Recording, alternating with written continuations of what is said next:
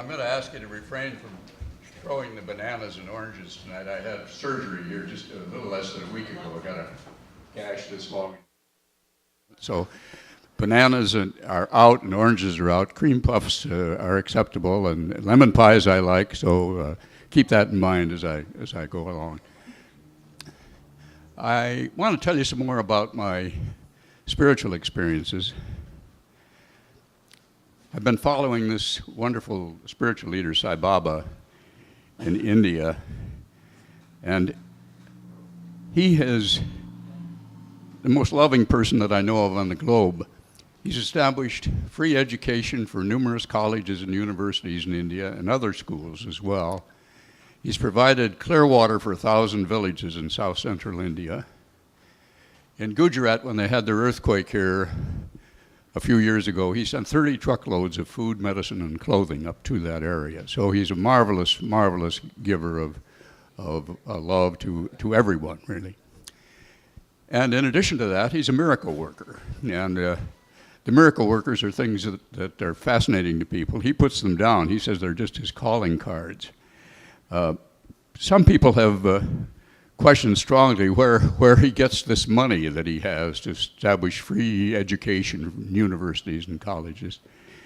And one example of where he gets it is contained in a story about Isaac Tigert.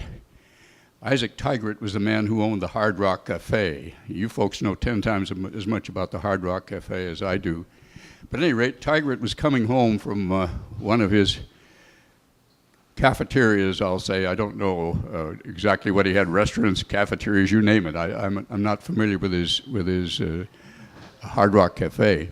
Anyway, he was coming home at like 3 in the morning and was going around a mountainous, curvy road and fell asleep and went off the road. And as he went over, he happened to look to the right, and there's Sai Baba sitting on the seat next to him. He crashed down onto the rocks down below, I don't know, 100 yards or so, and the car was demolished. He walked away scot-free with no damage whatsoever. So later on, when he sold the Hard Rock Cafe, he gave $6 million to Baba, and $6 million in India goes one hell of a long way, I'll tell you for sure. I wish I'd brought a picture of the hospital that Baba built as a result of that sale of that or that receipt of that money. So that's one way that Baba gets his money. People are so grateful for the marvelous things that he's done for them. Son, would you be quiet, please? I'm trying to talk today. Yeah, thanks. Yeah. Okay, so that's one source of his income. Another source of his income is contained in a story that I heard from a marvelous guitar player who had a 4-octave range. He told this story about Baba.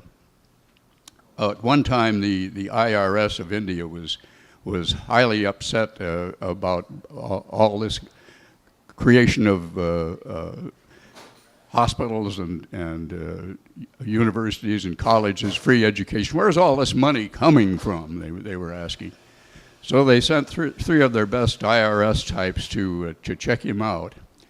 And when they got there, they confronted him. And Baba said, well, if you want to check my money, I keep it in room 22 down the hall here. Here's the key. And he handed them the key, and they went down the hall, and they opened up this room, and they were flabbergasted, nothing but rupees from floor to ceiling. And they were just astonished. They staggered back to see Baba and said, Baba, we're going to have to count every one of those bills. And Baba said, well, here's the key. Go back and do it. There are a lot of them. So they went back, they opened the door, and there wasn't a rupee in the room. Not a rupee in the room. And they thought, my God, if he can do that, he can do anything. They gave up their IRS quest, and they joined the ashram. I can tell you more stories. Is there time? Yeah, you got about 4 more minutes. 4 more minutes. Well, let's see. What story have I got that would last 4 minutes? Miracle. Another miracle? Okay, I'll perform a 4-minute miracle. This guy by the name of Walter Cowan, who lived down in Southern California, a prominent businessman, and he entertained Satya Sadhuri Satyam Chowdhury, a friend of mine who used to be vice chancellor at UCSC. And when Chowdhury first came to India, he stayed with this Walter Cowan. Cowan then went to India with his wife, and he developed a very serious case of pneumonia when he was there and died. And his wife went rushing to Baba and told him about Cowan dying. And Baba said, well, I'll go see him. Where is he? And she said, well, he's in such and such a hospital in the morgue. So Baba went to the morgue and rubbed vibhuti, holy ash, all over Cowan's body. And Cowan reported that when Baba did that, his consciousness went with Baba up into the beyond. They confronted a being up there who I'm going to call St. Peter for want of a better name. You put a name on him. Anyway, it was a being up there who Baba addressed and said, Cowan hasn't finished his work on earth, and I would like to have him return to his body. And at this point, Cowan reported that his consciousness came back into his body, and when he came out of it, felt the energy coming back into his body, he wondered if it was a mistake, because he died of pneumonia, and he could barely breathe, of course, when he died, and he was back in that same state. Is this a mistake? And then he opened his eyes, and there was his wife, and he said, you look lovely in pink.